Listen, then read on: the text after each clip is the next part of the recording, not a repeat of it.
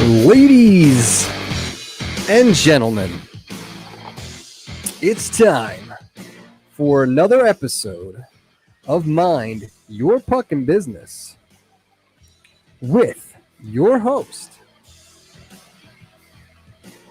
Jeffrey Krensman. Thank you, Dougie Sticks. Good morning. How are you? Good morning. I'm all right. Surviving and thriving. Yes. Theme for the day here. Coming to you, as always, from the studios of Undefeated Media here in beautiful Bergen County, New Jersey, where we had spring last week and now it is gone again. Yep. And we are back to the cold winter, apparently. Thanks for joining the Mind Your Puckin' Business podcast. This is episode number 29 for those on the Spanish style. That is Vente Nueve, which I needed some help here in this from the studios, people in the studio this morning as to how to say that in Spanish. Studio audience, yes.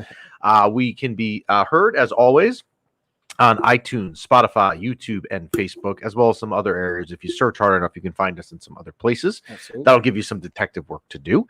And as always, you can reach us via email at mypbshow@gmail.com. So welcome, everyone. Good show today, an interesting one. We're going to do things a little bit different. We're going to start with hockey, which is not different. And then we're going to shift gears to some small business stuff. Nice. And I'm very excited to have one of my favorite people on the planet on the show today. Never automatically assume. Yeah. But if it does, we will have a really, really good guest coming on in a little bit. But we are back now. For those that follow the show, we were not on last week. And that was the first week ever we didn't tape.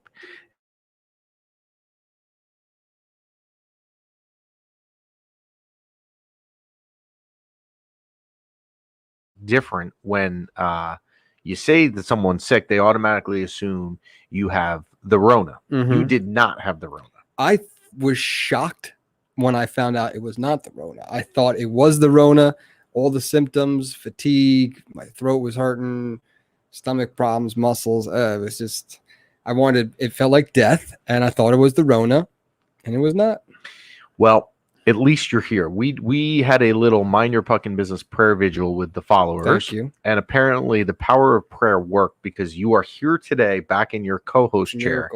It is. I mean, if you believe in miracles. So Dougie is back from being sick. On a programming note, we are going to switch gears for, I would say, the next month, 2 at most, and we are going to become an every other week show, just as a lot of outside stuff is going on and it's super busy. Mm-hmm. So we will switch to being on every other week. Normally we tape on Tuesdays. I don't see why that would change. So you will see us again 2 weeks from today on the 30th. And then definitely by the summer, if not sooner, we will be back to ruining your lives on a weekly basis and not every other week. So is that cool with you? I mean, it's going to have to be. I want to go every day with you, but whatever. There's zero chance of that. But you'd get sick of me. You know what? You would very quickly get sick of me. So let's start on the hockey front before we shift to some business stuff, as I mentioned. And I think we're going to start in a little bit of a different direction today and talk about kind of an issue that affects everybody in life, unfortunately. And whenever it affects anyone, it's never good, and that is cancer.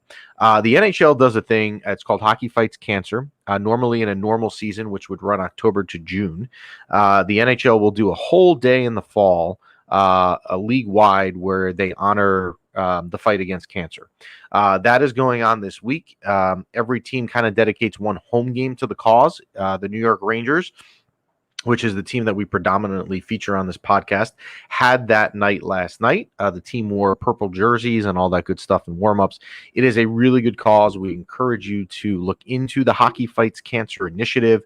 You can read a lot of great stories. Some of them are very inspirational. And so whatever team it is you support, make sure you tune into your Hockey Fights Cancer night, which most of the teams are doing this week. If you have a home game this week, it is probably Hockey Fight Cancer night. So we're going to start with a team we haven't really covered on the show, but I think you may be interested in it, Dougie Sticks. And that is because you lived in this city once upon Buffalo. Look at this. You're going back to the Buffalo Sabres, to your Western New York roots. So the Buffalo Sabres are having an abysmal year.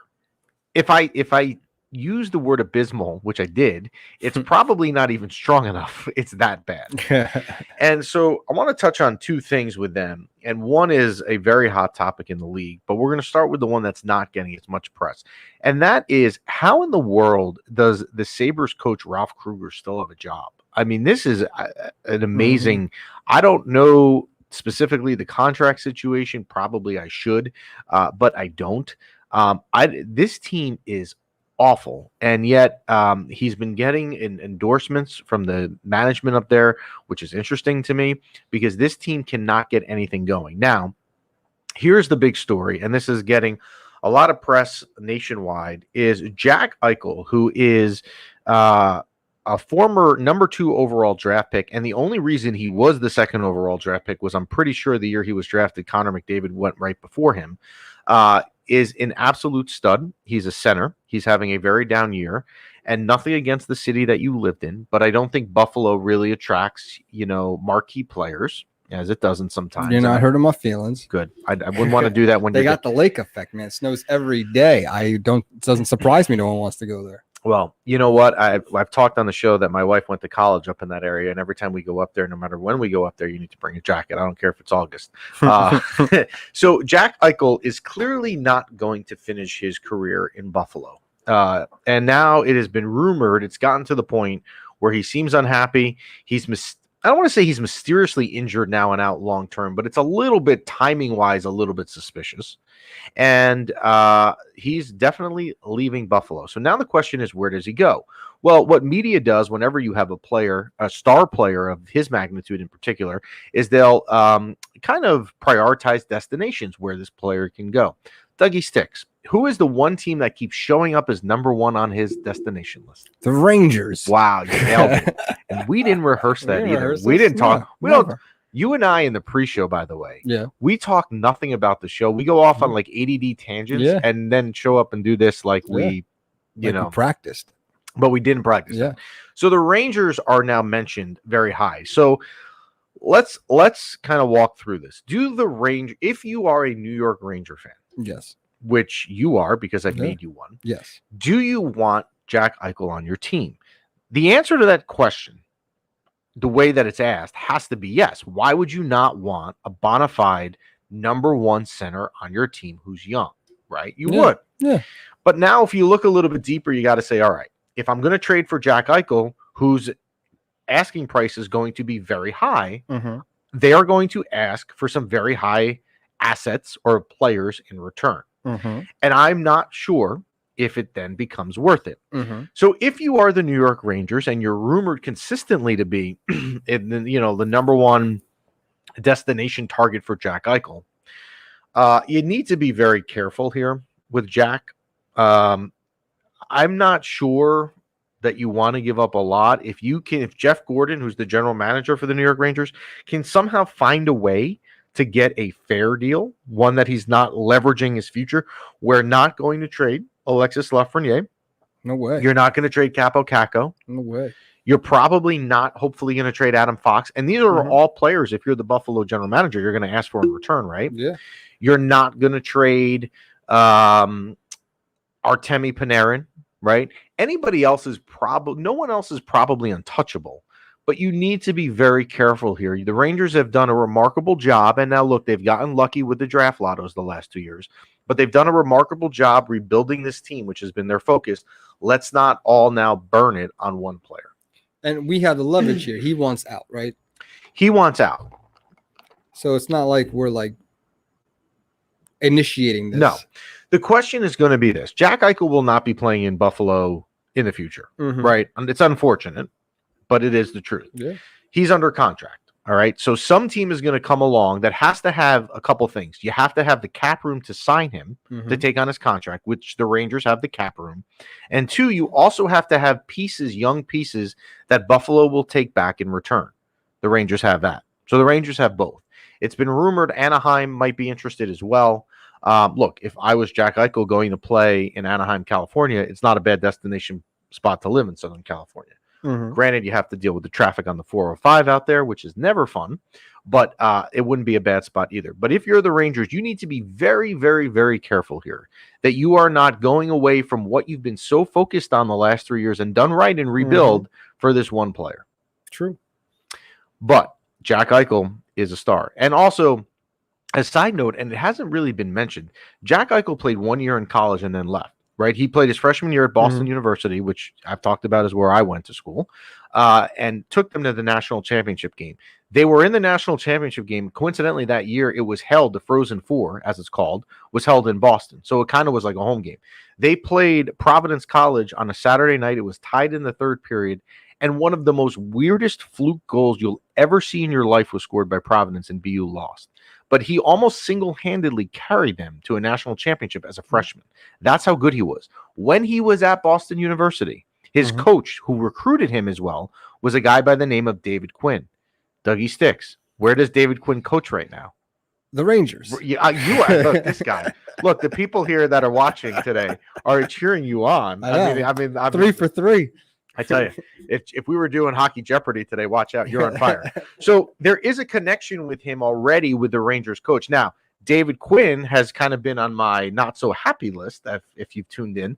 And we, who knows how long David Quinn is here, but he also does have a track record with the Rangers coach. So we'll keep that in mind. The Jack Eichel situation will be interesting to watch, as well as the Ralph Kruger situation, the coach up in Buffalo, as to how he is really still there. So speaking of coaching changes, since we've been on last, the Montreal Canadiens got rid of Claude Julien, and the Calgary Flames also got rid of their coach. Now, Emily Kaplan, who is a great writer, look, anybody who covers hockey for a living, I think, is awesome. But Emily Kaplan, who covers the NHL for ESPN, does a really good job of reporting. I always kind of find her reporting to be maybe a little bit better than other people. Dan Rosen, who we had on the show, we love him as well with NHL.com. Emily Kaplan brought out a really good point, and it's a problem across the league. When you have these coaches getting fired, like let's talk about the coach in Calgary who got fired 2 weeks ago. The NHL has a retread problem. Like they rehired now Daryl Sutter, who's a guy who's been in a bunch of places. What the NHL doesn't do, which I would say NFL does, I don't know if you can tell me if you would agree, but the NFL does right. A lot of times the NFL will, like the Jets right now, the guy they hired, Robert They're not doing anything right. Well, they're not. But at least they're hiring new coaches that have not been around the block, trying to get fresh. Really, there's a retread problem. You're getting let go, and then they're rehiring guys that have already had 4 jobs and failed elsewhere. So then how do you become an NHL coach? That is a good question. You know what? General managers are not looking, and this was Emily Kaplan's point, is that she's not looking, or the NHL is not looking, rather, to hire coaches that are, let's say, young and fresh and not been around the league for so long, right? Yeah. So I don't know. Be a coach, man, for the NHL. Yeah, I coached. So I did coach once. I coached high school hockey in this area up here in northern. Nice. I don't. Did you know this story? No, I did not. It is oddly depressing. So in 2006, It's actually scary the way the background checks of the world work. Yeah. There was an ad in a local community paper that a high school hockey team needed a coach.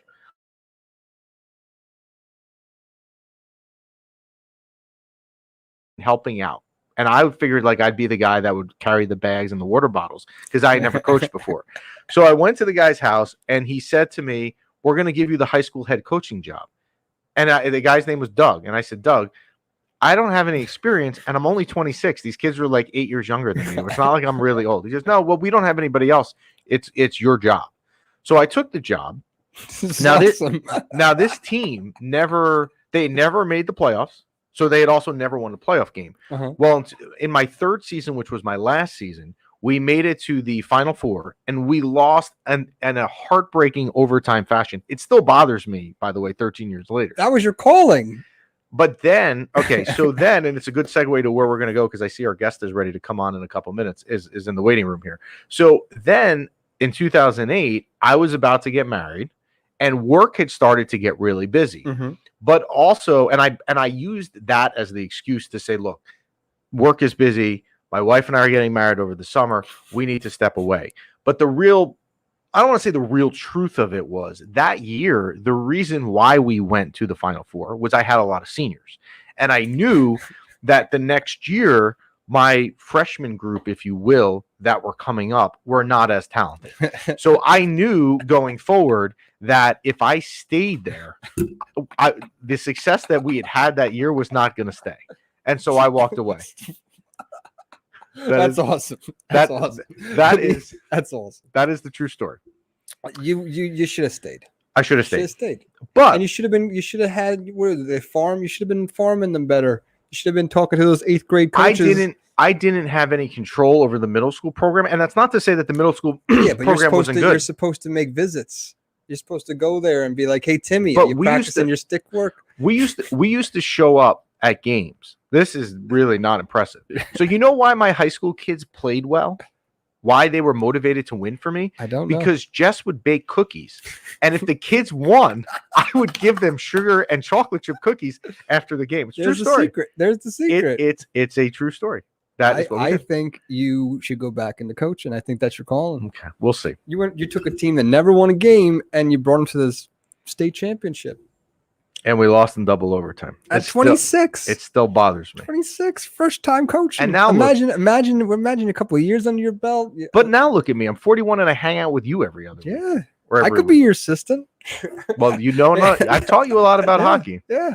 We know that. So one of the reasons that I said that I was going to leave that gig, my famous high school coaching gig, was because work was getting busy. Yes. And we're going to bring in a guest now that is one of my favorite people on the planet. And he's also someone that I thankfully get to work with. Now, there's no secrets here. I started the barbecue cleaner about 12 years ago, and I've had a lot of fun with it. And one of our locations, and one of our, I would say, most successful locations, is run by an awesome guy, and he is out of Fort Worth, Texas. He runs My Grill Guy, and we're going to talk to him, and that is Josh Yale. So let's see if we can bring him in. There he is. Magically, there is the man, the myth. How are you, Josh? I'm doing fantastic, Jeff. How are you? I am good. Do I dare ask how the weather is down there since you had that freezing cold the other day? Well, I guess I'm making a little bit jealous. We're looking at 78 today. Yeah. So on the jealous factor, we just went over the meter, and we're at a 10 on the jealous factor. It is freezing. And I want you to know that when I leave here today, this afternoon, I have to do 3 grills, and it is a bone chill 36 with like a wind chill of 10 today. So yeah, that's not too appealing for me. You got to come down and visit me, man. I will. Well, I always go Dougie Sticks. I always go and visit Josh every year. It's kind of like the work trip that I don't need to do, but I do it anyway, but because I like to hang out with them. So I go down every summer, and last year with Corona, the world was not really travel friendly. But I know, Josh, I will get down there this year, and we will go to our barbecue spot that we always go to, that you and I love. We're going to catch a Stars game too. Maybe we can catch a Rangers and Stars game again. Yes, that is true. I went down there and did see the Rangers at the Dallas Stars, and the Rangers won that game, if I remember correctly. Yeah, it was a good game, though. That was fun. That was a good game. That is the only arena, the American Airlines Arena, I think is the only arena in the world that has a 7-Eleven in it. That's what I remember about that game with you. Now, like a full legit 7-Eleven. Well, like Q-tips and no, stuff. like a 7-Eleven concession stand where they have like Slurpees and stuff, but it's in the arena because I believe 7-Eleven's out of Dallas, right? Josh isn't. I think it's. I know they're everywhere. That's all I know. They're everywhere. So, Josh, I'm gonna brag about you for a minute to give you a little intro. I'm gonna brag about Josh's story. So, in 2014, I had gotten an email from Josh, and I didn't know him at the time. And Josh was getting out of the Air Force, right? Am I right about that? That's correct. Yeah. Yep. Josh was getting out of the Air Force, and he had his 2 kids at the time. I want to say were about 7 and 5, his daughter and son. And I remember the conversation with Josh as he called because he said, "Look, I'm getting out of the Air Force. I need something to do. I don't really want to go back to corporate America. I'd like to be around to see my kids more. I'd like to do my own thing." And Josh decided to start the barbecue cleaner down there in Dallas. Now, I was fortunate enough, and I don't know if you remember this, Josh.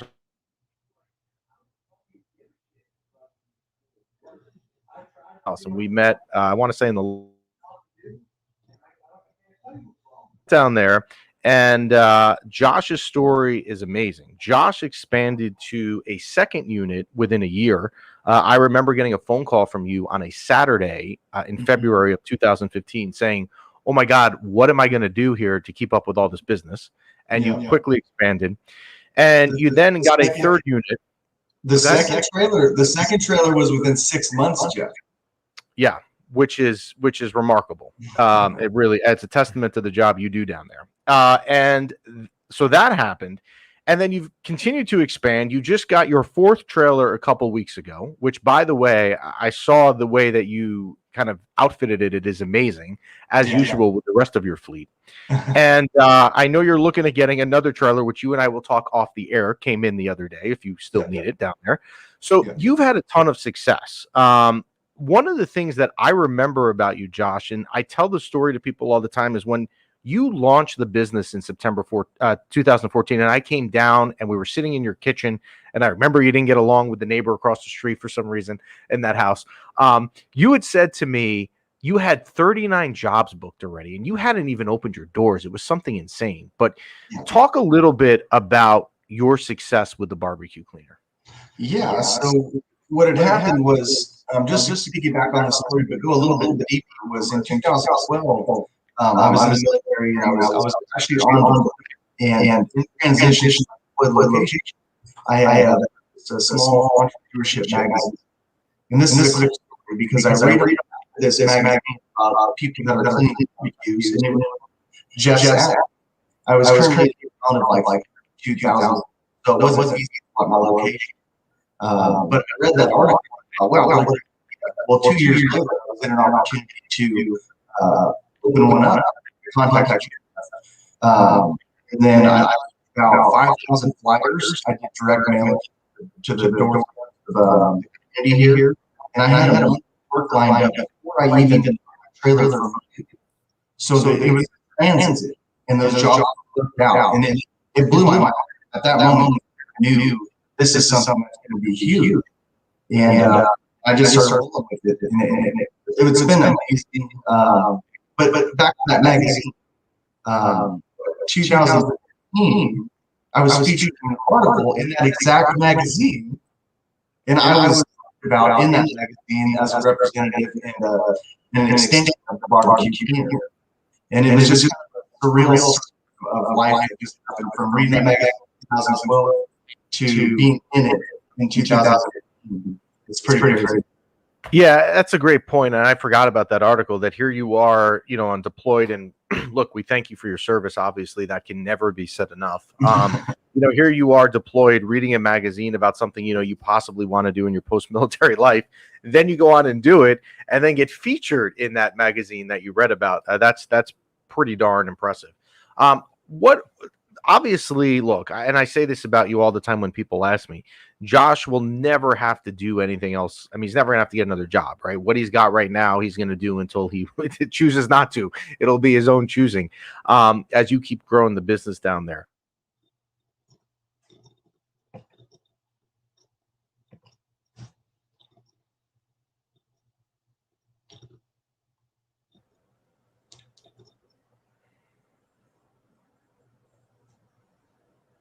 He might have lost you for a second, Jeff. Try one. All right. Yeah. So talk to me about a little bit about your future plans down there. Yeah. So this week was our first launch into the North Dallas area. So we launched a team over there. We marketed the area with about 10,000 flyers about 2.5 weeks ago, and the rest of the month is booked up. So we got 30 jobs over there to handle in the next 15 days. I got one out there, and I got one dedicated technician. The thing about the cleaning business is it's actually two businesses. You have cleaning side, and then you have repair side. Most girls that clean, a lot of times they need repairs as well. So if you're able to fix those girls, the clients, it's like a whole nother revenue stream. So the way that I built my growth is I have a cleaning team that consists of 4 full-time employees, and then I have a repair team that consists of 2 full-time employees, and then I have myself, and then I have my office manager, Mike, all the communication that focus on the strategic growth of my program at this point. But yeah, the Dallas, our newest venture that we're looking to do. I plan on getting another trailer over the next 6 to 12 months. And then Fort Worth side, we got 3 full-time trailers, and they have jobs over here in Fort Worth or repeat clients. They're on a repeat schedule with them. So the plan is more trailer, and we're just going to continue to push the envelope and see what that is. Because I figured we would have hit it by now, but Jeff, I don't know the ceiling limit. Well, we are certainly happy to help find out whatever the ceiling is for you. So we thank you for joining us, Josh. You can come on anytime you want to talk about your success. You have an open invitation as always. You know that with me. All right, buddy. Thank you. I appreciate you having me on. Thanks, Josh. And that is Josh Yale of My Grill Guide in beautiful Fort Worth, Texas, where we need some of that warmer weather today, which we don't have, which we had a little bit, like I said, of a tease of last week. But we did not get to keep with the weather. A little taste. A little taste. So on the hockey front, yes, I feel like before more questions, I got more answers. Well, you do. They're going to start calling you the Maven of hockey. Yeah. Before we say goodbye for the week, I think you and I need to talk about our NHL experience from 2 weeks ago. Yeah. So I don't know that I'm proud of this. Okay. It's not good or bad. It's not good or bad. So 2 weeks ago, our last day that we taped the show, because you were under the weather last week. Yes. We were done taping, and I was about to leave, and you dropped the news on me that the studios here at Undefeated Media had installed NHL hockey on Xbox, which is like my I would say my sweet tooth, right? I'm not a chocolate guy. For me, like, give me an Xbox controller and some hockey, and I'm going to play. Well, guess what? That was last week. Now we have 2 Xboxes and 2 TVs. So now, we can both go up. Yes, because me and Brian were very frustrated. Our studio audience here, Brian, very frustrated because when you play on one Xbox, one period you go up the ice, the next period you go down the ice. So it's very difficult to go down the ice. So we got 2 Xboxes now. So we have our own Xbox on TV. You can go up ice the whole time. Okay, good to know. So now we finish the show, and you convinced me to stay and play a game of Xbox. Which, look, I would play Xbox all day, but I do other things. I have kids I got to pick up and a business to run. So I decide, all right, we're gonna stay because you're running your mouth and talking a big game, right? So I stay. And we play, and you were the Toronto Maple Leafs that day, and I beat you by a score of 3-2 on a fairly even in overtime. No, it was a regulation game. You didn't get a point out of it. Let's not try and sneak your way with a backhanded point. So we do this, and I was going down. Yeah, but the thing, can we talk about this for a second? Yes. You complain that you can't go down. You do better going up. But both goals you scored that game, you scored going down. All right. So, I mean, say what you want to say. Anyway, so we play this game, and I win 3-2, and I walk out of here, all right, I shut him up, whatever, and I got to go on to my regular life. Well, 2 days later, on the Thursday, it's about 3:45 in the afternoon, and I am about to run out to grab something that we needed at home. I want to say probably Wegmans or something. I don't remember where I was going to go. Probably Popeyes or Chick-fil-A. Yeah, probably for my son.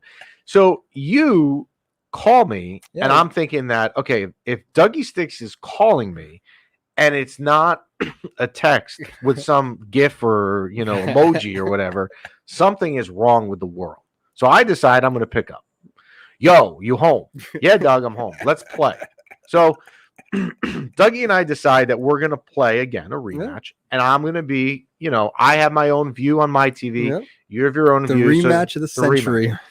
I have to say, and again, I'm not proud of this, but because we try to do accurate reporting here on the podcast, this was the most insane. Yeah. And I've probably played, again, not proud of this, thousands and thousands of games of video game hockey over my 40 years, to the point where we played a game and I was up 2-0 at the end of the first period. Now my son thought it was amazing that here I am playing you and he's watching the game, and I'm up actually I was up 3-0 at the end of the first period, and it was like a blowout city. Here we go again. Then it was comeback time. Then you came back.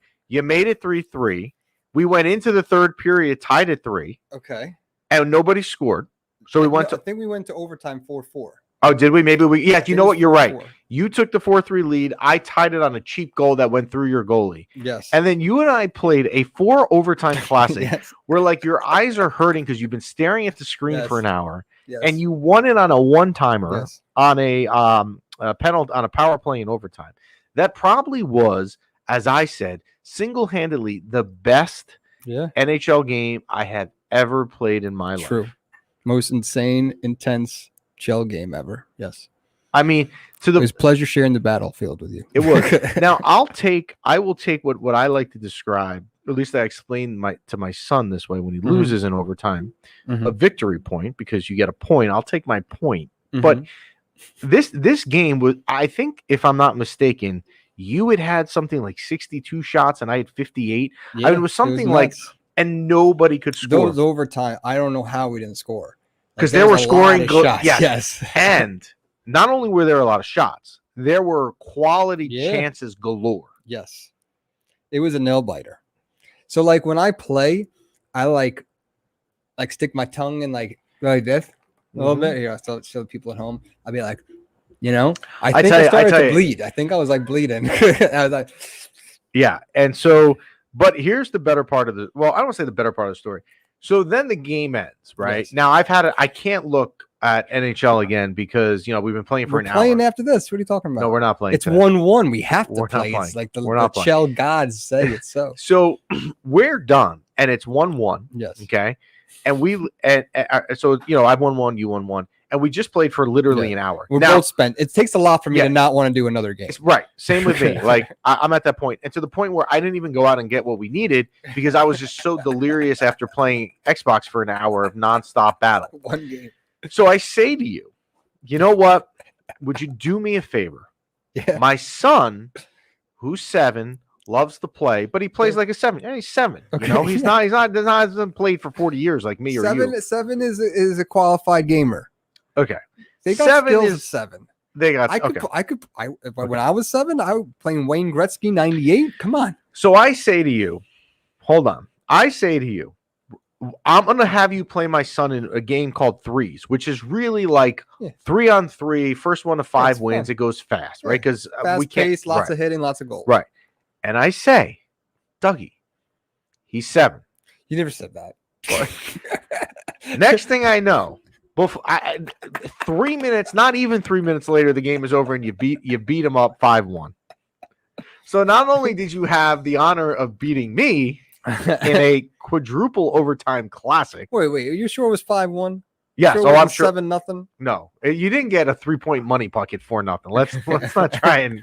It was 5-1. You did let him score a goal. So we will have to have our future battles. Yes. For sure. So I'm not allowed to beat him up. I'm not allowed to take it to him. You can take it to him. I'm not sitting there saying let him win. I'm just saying go easy. Like what favors you want to give him a participation trophy too while we're at it? No, that would be for like it wouldn't be cool if I did. But again, the kid may be 7. Okay. That's all I'm saying. Now 5, okay. 5, we're just hanging the controller in our hands. 7, you've had 2 years of straight gaming to just saying. Okay. Well, you know 7 years old you're a veteran gamer. We will see. So we thank Dougie Sticks for a classic moment of NHL hockey, and I'm sure there will be more to come. Yes. So obviously in the NHL, before we change gears, just so you know, I can hook this up to the Xbox. We can play live and have a screen on here, on there. Just saying. Thanks. So the whole world can see our battle. I have to tell you, it's called esports. I mean, I am sure there are people just salivating at the opportunity to watch me and you play Xbox. They are. So, when I play, I always am one team. Like we had this discussion when we played here in the studio that, you're going to hit the X thing 3 times. And if you don't like your team. So those are college rules. In college, you would sit and you would be with your opponent. You press the X button, which is random, and it randomizes it. You get 3 randoms, right? And you get to pick those 3 teams. Now, if you don't like those 3 teams, you can press the random button one more time. But whatever happens whatever team it lands on, you have to be that team on the fourth one. Okay, so that may be cool and all, and I'm fine with that if other people do that, but I'm like New York Rangers through and through, so I'm the New York Rangers. That's fine. We're gonna go back to the New York Rangers before we go away because there's one more thing I wanted to say before, and I forgot it, and that is, can people stop going crazy on the Rangers when they beat teams that are not good? So 2 weeks ago, and this was, again, I wanted to bring it up, but then we had the ability to bring Josh on a little bit early. Mm-hmm. When we were on the show, the Rangers then played the Buffalo Sabres, who we just torched before about how bad they are. Mm-hmm. Then they had a home and home with the New Jersey Devils, and I'm sorry to the person in here watching us today because I know he's a Devil fan. And well, the Rangers went 3-0, but you're beating bad teams. Mm-hmm. And so people then get on to oh my God, the Rangers are back. They finally click it. No, they're just playing like AA teams. Relax. And then, as you saw, they went to Pittsburgh for 2. They lost both those games. Mm-hmm. They went up to Boston for 2. They won one of the 2, and then lost last night at home on a horrifically misplayed puck in overtime by Keith Kincaid in goal. I don't know what he was doing. Mm-hmm. Trying to think he's Martin Brodeur with his stick handling, which he's not. So can the Ranger fans, like, we're not going to win the Stanley Cup this year. We're just not. We told you this back in January. We would love to be wrong, right? Mm-hmm. You would. I mean, look, there's nothing you want to do, Dougie Sticks, in your life than do a Mind Your Puckin' Business podcast, like remote show from the ticker tape parade at the Canyon of Absolutely. Heroes. But it's not going to happen. Or Stanley Cup Finals show. Right. You got season tickets, right? We're going to be sitting right in the glass and doing a show right there. Right? I have thought, by the way, this is where my ADD comes in, but you brought it up. Mm-hmm. That if the Rangers ever got to the Stanley Cup Finals, God willing they do, right? What would I do with my tickets? Because at that point, everybody I know is like, oh, you thank you. You're right. Sell them. That's what I would like to do. But everyone would be like, oh, yeah, man. Hey, I heard you have Ranger tickets, right? I would love to go to the Cup game. But you've never spoken to me about the Rangers in 30 years. Yeah. I speak with you every day about the Rangers. I better be number one on that list. And we should get in a private box to do our show from. Yes. I would say that if the Rangers ever make the Stanley Cup Finals, and I reiterate that it will not be this year, right? Mm-hmm. Because anybody who's buying this Kool-Aid because they're beating the Buffalo Sabres and the New Jersey Devils for 3 games in a row is a little bit delusional. Mm-hmm. But if you are going to make the Stanley Cup Finals, how am I not bringing my wife and my kids?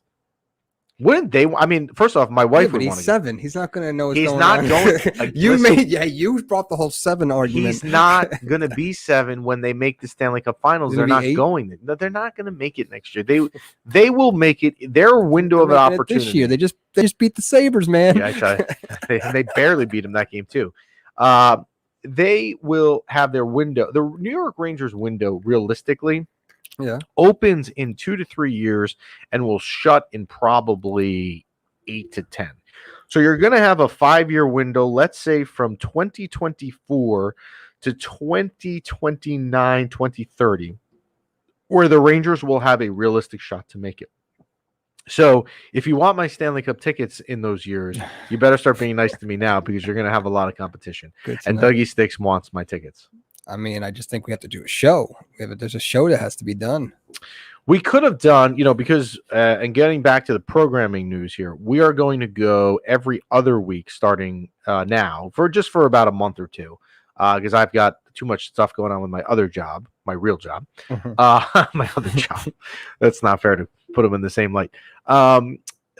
So what I was saying was, because we are going every other week, you will have more time to read up on your Ranger facts, so you could be trivia extraordinaire again in 2 weeks.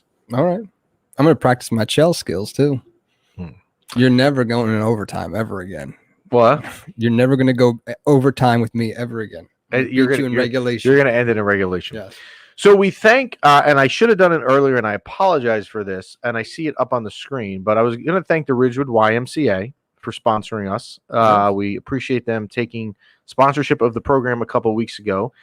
We hope to have Ernie, the CEO, back on with us soon. Yes. And we could I would say shoot the smack with Ernie. He's a good guy to kind of talk with. He's does his stuff, and you can always check out the Ridgewood YMCA at their handle on Instagram, which I see is up there at Ridgewood YMCA. that is it for the show today. We thank you for tuning in. If you want to tune in and you have no life and you want to watch Dougie and I play Xbox one time, you can email us at mypbshow@gmail.com, and Dougie will somehow find a way to get you a link to watch one of our We battles. can live stream it. Just we like should this. do. Just we like should this. do a remote like Stanley Cup Finals, me and you from the Ridgewood YMCA parking lot. Yeah. And people can come and you can either socially distance, of course, and people can either support the Dougie Sticks or they could support parking me. lot's huge, and we can get entertainment on wheels as trailers. We can have the big screen TV. By the way, huge esports thing. Yeah. Are they affiliated with the studio, because their stuff is here right in the back when they're next door. Yeah. So there you go. You have it in. There you go. And you can load them up, and you could put extra TVs so you don't have to go down on the TV screen all game. So you can't have excuses. Yes. And you can play a 7-year-old too and beat them up. I mean, what in more? video game years, 7 is a bona fide stud. Okay. Well then, right, Brian? 7. Come on, think about when we were 7. I know Pong. I know you're playing Pong when you were 7. But think about when we were 7. When I was 7, I was crushing it on Donkey Kong, Mario Kart, Super Nintendo, Double Dribble, Hang Time, NBA. What was it? NBA? NBA Jam. Yeah.